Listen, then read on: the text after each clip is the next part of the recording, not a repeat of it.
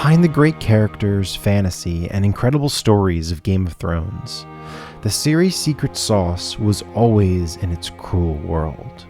A reality no idealism, no perfect ending, or character arc could upend. A world that never felt like it was written by the hopes of a writer behind the scenes championing a particular message. What happened in Thrones felt like it was governed by the impulsive whims of human interests, half-prophetic signs, and grounded political battles that played out as if they were part of their own true history. It wasn't just great because of the great writing would notice, but how it felt like it wasn't written at all. When Westeros was at its best, blind principles were punished by cunning political tactics, and virtuous heroes were crushed by the cruel systems they had to operate in, a message no more obvious than at Ned's death at the end of Season 1. What's your name? Dunk. That's no name for a knight. Is it short for Duncan? Yeah. Yes. Sir Duncan of...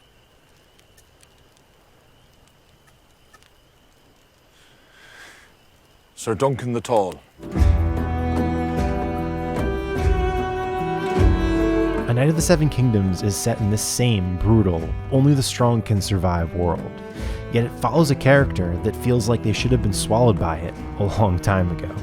Dunk, or Sir Duncan the Tall, a hedge knight, a guy who sleeps under trees, uses rope to hold his sword, and brings around 3 horses out of pity, joins a jousting tournament, where he'll face off against knights from some of the greatest houses in Westeros. Dunk joins the tournament not for honor or for glory, but out of necessity.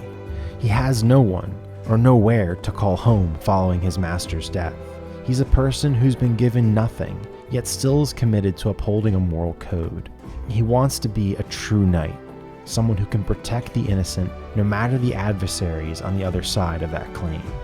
Charged me to be a good knight, to defend the weak and the innocent, serve the realm with all my might, and I swore that I would.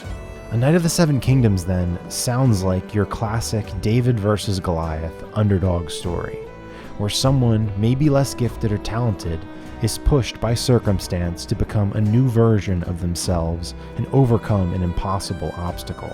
However, like I said in the opening, this is Westeros. No amount of plot armor or honor can save blind virtues and ideals.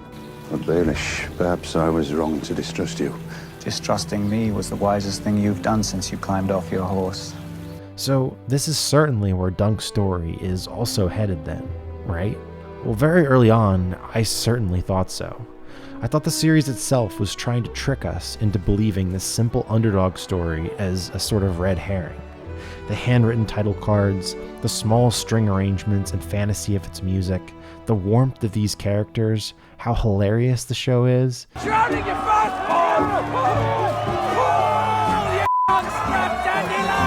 And that not-so-subtle subversion of the series' title theme at the show's start that I'll spare you the details from watching.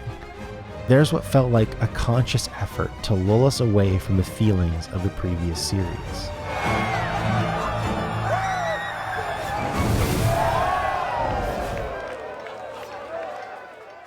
But quickly we realize as we wait for this inevitable reversal, like the Red Wedding or Ned's execution, that that's not the point here.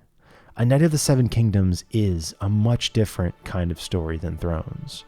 One that somehow makes us fully believe Dunk can do it, without diminishing the brutality and honesty of Westeros. And it starts with Dunk and the way Martin presents this underdog.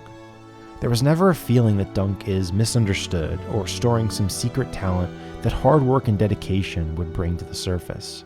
Dunk states his mission to win at Ashford with this unconfident self-deprecation. He knows the fate that certainly awaits him, the fate we expect him to meet. The other characters do as well. What chance do I have? Truly. I have no chance. Yet there's something so genuinely honest and humble about the way Dunk sees the world that makes us need to believe he stands a chance. Almost every major Thrones character has operated with some kind of leverage, calculation, or hidden depth. some political game planning that allows them to survive and prosper in this world. Ned, who's supposed to be the show's moral center, dies specifically with the implicit lesson that goodness alone is insufficient. You need to be cunning too, or the cunning people will eat you alive. Dunk doesn't have cunning. He's not hiding a sharp political mind under a dumb jock exterior. He's genuinely a simpleton, a blunt instrument. He gets no girls. Do you like goose eggs? Your shield will be ready this evening, so... He has no real ambition. Again, unlike nearly every Major Thrones character. There's no malicious aim to right a wrong or undo his house's status. Dunk is just a genuine guy. By rights, I should beat you bloody, send you on your way. But you look as though you don't eat much. And if you'll swear to do as you're told, I'll let you serve me for the tourney. Ultimately, he's just trying to be the man he's desperately needed his whole life, without malice for those who passed him by in the first place. It's just hard to accept that a knight might be so dishonorable, let alone a prince. Watching Dunk deal with this complex world and seeing how the characters and the plot react, well, I think it gets at something very interesting. But to explain this, I have to summarize the pivotal change in the series when Dunk saves Tanzell.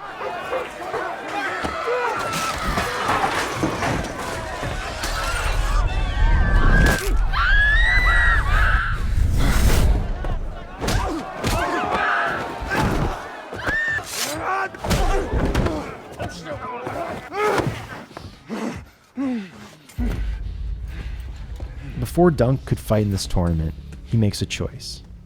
He decides to defend his innocent crush against the wrath of an angry Targaryen, someone who is completely like the self-interested characters we've cheered against in Thrones. After doing this, Dunk must then assemble 6 knights to fight by his side in a ceremonial trial of 7 to prove his innocence. There's a little bit of luck thrown in there and a bit more complication to the story, but that's all you need to know to understand what I'm going to mention. Let go of him. Wait, Yorkle, do as I say. Dunk's decision to challenge the most powerful force in Westeros, it may have been the morally righteous thing to do, but it's certainly a foolish choice. It's not the throne's choice. It's exactly the kind of choice that the previous series was telling us was suicide. But deep down, it's still a decision we'd all hope we could make if we were in the same position. To save the princess, defend the weak, and be the hero for others. Early on in the show, Tanzell says, "All men are fools and all men are knights." Because no matter how foolish these idealistic tendencies may be, no matter how many times we've seen the story play out and end unfairly, all of us watching want to believe the good guys will win this time around. There's something inside each of us, even when looking at this boneheaded guy with a heart, that want to believe there will still be justice. And the most beautiful realization of the entire series is that even in this feudal world, that belief still lives on in all the kinds of characters we meet. And so I ask you again, Sir Duncan the Tall, how good a knight are you, truly? How much do you want for the new rim and all from you? A cuppa. I was about to miss a chance to bloody up the King's Guard in their pretty white gowns. Knight me. I will take my cousin's place. Even in a prince risking everything.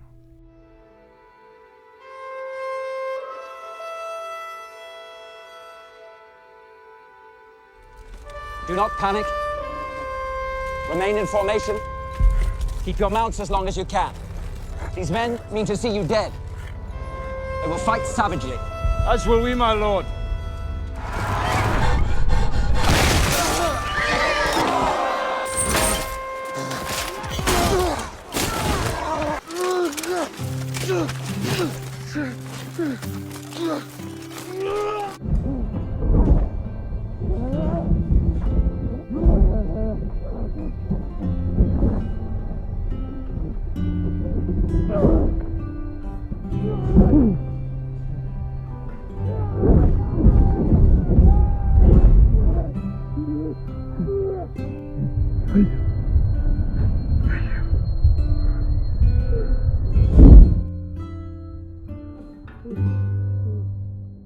While some may initially see Dunk's besting of Aerion as a moment that breaks the brutality of thrones, very quickly we see how a Knight of the Seven Kingdoms isn't really cut from a different cloth. It's still another brutal ending in its own way, but the lasting message of the show, I think, is wholly new. If Game of Thrones tells us that cruel systems of power will crush the blindly righteous hero, a Knight of the Seven Kingdoms doesn't really disprove that, but it does argue that we should still believe in and romanticize those heroes and their principles anyway.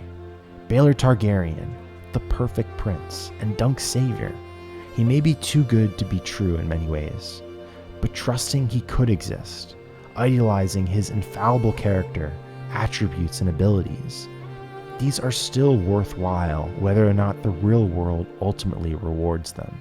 Dunk, on the other hand, well, he probably isn't the kind of person you want to idealize on the surface. He's not polished, smart, noble in the storybook sense. He's awkward, uncertain, out of his depth. But his heroism, it's not an idea to worship from a distance. It's an example of goodness as a choice. Goodness in a way anyone could achieve, one that resists the malice of a power-hungry world. A Knight of the Seven Kingdoms, then, is a reminder that even in a cruel, unfair Westeros, maybe a place a bit like our own reality, we still have this need to believe in the underdog hero. Because no matter how improbable or how impossible, maybe this one time the good guys can win. Maybe this one time things will be different. Perhaps it is a story of honor. Honor? A misfortune girl making the best of her natural gifts. One might wish for more. But is this not the act of a dogged spirit, giving more than what is asked? Perhaps her name does not matter then. It's her story that abides. Her name is Hope, sir. Belongs to all who invoke it.